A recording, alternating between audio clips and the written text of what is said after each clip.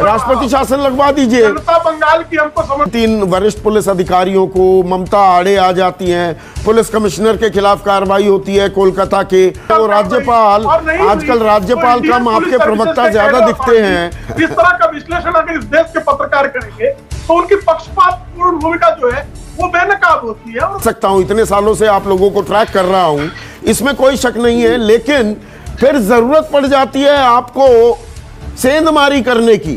अपने बलबूते नहीं, शुभेंदु अधिकारी को लाओ, टीएमसी के और विधायकों को तोड़ो। इस खेल के बिना नहीं जीत पाते क्या? आपके पास कार्यकर्ताओं की कमी है? सेंधमारी चौर्य कर्म है और भारतीय जनता पार्टी शौर्य करती है, चौर्य नहीं करती। अच्छा, भारतीय जनता पार्टी ने शुभेंदु अधिकारी को, ममता बनर्जी के एक्स ट्रांसपोर्ट मिनिस्टर को ऐलानिया सबके सामने मंच पर बुलाकर शामिल किया है। सेंधमारी करने की आवश्यकता नहीं, हिंसा की आवश्यकता नहीं। अच्छा, वो ज्योतिरादित्य सिंधिया 23 विधायक लेकर आए, सचिन पायलट के साथ जो कर रहे थे, वो सेंधमारी नहीं थी, वो शौर्य था। 28 हजार फर्जी मामले हमारे कार्यकर्ताओं पर दर्ज किए गए। हजारों हजार कार्यकर्ताओं के खिलाफ हिंसा हुई है। 135 भारतीय जनता पार्टी के कार्यकर्ता अपने प्राणों का सर्वोच्च बलिदान दे चुके हैं और हजारों लोगों को भूमिगत होकर अपना राजनीतिक भूमिका को निर्वाह करना पड़ रहा है। राष्ट्रपति शासन क्यों नहीं लगाते वहां पर? किसी अन्य राज्य में आप कानून व्यवस्था पर इतने सवाल उठाते हैं, अब काफिले जो होंगी, गाड़ियां जो होंगी, आपके बड़े नेता जाएंगे, बुलेट प्रूफ गाड़ियों में जाएंगे, राष्ट्रपति शासन लगवा दीजिए। जनता बंगाल की हमको समर्थन करने को तैयार, तो स्वाभाविक तरफ प्रवाह हमारी तरफ होगा। तो टीएमसी के बहुत सारे नेता जो जानते हैं कि तानाशाही भ्रष्टाचार में आखंड डूबी ममता बनर्जी की नैया अब पार नहीं लगने वाली, ऐसे में लोकतांत्रिक ढंग से संवैधानिक लोकतंत्र को पुष्ट करके जो सुशासन संस्थापित करने के लिए प्रख्यात है, ऐसे राष्ट्रीय दुनिया के सबसे बड़े दल में शामिल हो। नहीं, जब राज्यपाल पूरी जानकारी दे देते हैं, आईपीएस को समन करते हैं, आप 3 वरिष्ठ पुलिस अधिकारियों को, ममता आड़े आ जाती हैं, पुलिस कमिश्नर के खिलाफ कार्रवाई होती है कोलकाता के, वो खुद धरने पर जाकर बैठ जाती हैं, उनको समर्थन देती हैं, ये तो फिट केस हो जाता है ना प्रेसिडेंट्स रूल का, जो आप बातें कह रहे हैं। बहुत अच्छा, आपका बहुत अच्छा प्रश्न है। कृपा करके मुझे बताइए, अगर ममता बनर्जी इसी तरह से किसी भारतीय जनता पार्टी शासित राज्य में गई होती, वहां पर इसी तरह सूचना के बावजूद हमला हुआ होता और वहां का पुलिस और प्रशासन जो है मूकदर्शी बनकर रहता, तो क्या केंद्र को बहुत साबित था? केंद्र को तब भी कार्रवाई कर रही थी।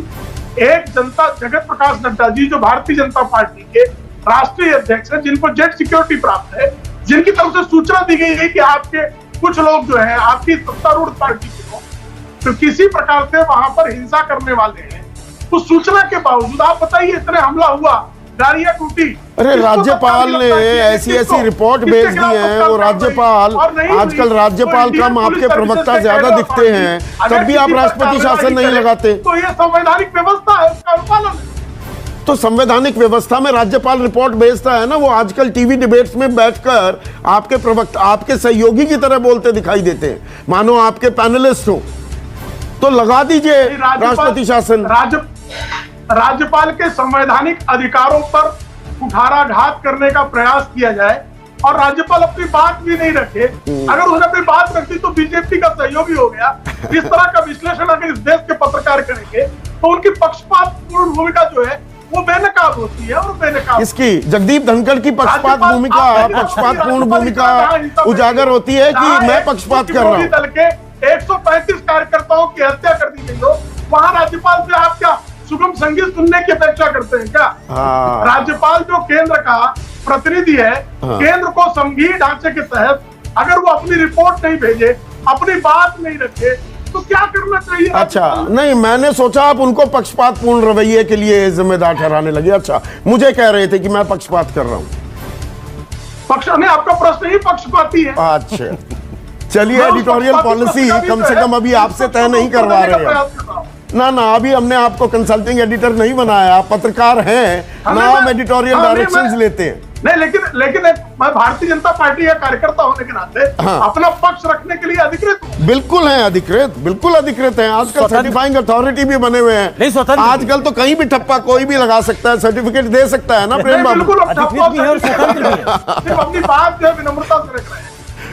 फवाद अली, फोन भारतीय कीजिए। जनता पार्टी और आरएसएस का कोई लोकसभा चुनाव अलग है, विधानसभा चुनाव में दरअसल आपका प्रदर्शन, आपके आंकड़े कुछ और ही बताते हैं, आप ताल ठोकते रह जाते हैं। हरियाणा में 75 पार आती है 40 सीटें, 65 पार कहते हैं, झारखंड में आती है 25 सीटें। भारतीय जनता पार्टी तो 2 सांसदों की पार्टी थी, चिढ़ाया जाता था। और 2 सांसदों की पार्टी से पिछली बार जब 2014 में पिछला लोकसभा चुनाव जब हुआ 2014 में, तो आशुतोष जी तब आप पार्टी में थे और उसके पहले पत्रकार हुआ करते थे आईबीएल में। तो आशुतोष जी हम लोग को चिढ़ाया करते थे, आप तो राष्ट्रीय पार्टी है ही नहीं, आप तो क्षेत्रीय पार्टी है। अब आशुतोष जी को गिराना पड़ रहा है कि आप कहाँ हारे, क्योंकि अधिकांश जगह आप जीते हैं, क्योंकि हमारे पास 16-17 स्टेट है और जो है हम कुछ स्टेट गंवाए हैं। सही बात है, हम गंवाए हैं, मुख्य विपक्षी दल है वहाँ, कई जगह पर हम जीत कर भी सरकारें अलग तरीके से बनी। महाराष्ट्र नहीं, विधानसभा चुनावों के नतीजों के बारे में जो आशुतोष कह रहे हैं, ठीक है, वहां सरकार कोई और बन गई, मतलब विधानसभा में कोई आपका ऐसा काबिले तारीफ प्रदर्शन नहीं है, आप ताल ठोकते हैं, नैरेटिव जरूर क्रिएट करते हैं, जीत में परिवर्तित करने के लिए साधना में जुट जाते हैं। ये हमारा काम, हमारी कार्यशैली है। हमारे निंदक हमको सारे राज्यों में हराने की लगातार जो है घोषणाएं करते रहे, हमको उसी से मुकाबिल है। हमको अपनी नीतियों को, कार्यक्रमों को अपने कार्यकर्ताओं के बल पर सामान्य जनों में पहुंचाकर सामान्य जनों को आशु रिस्पॉन्ड कीजिए। बीजेपी लगी रहती है ना, बीजेपी लगी रहती है, ठीक।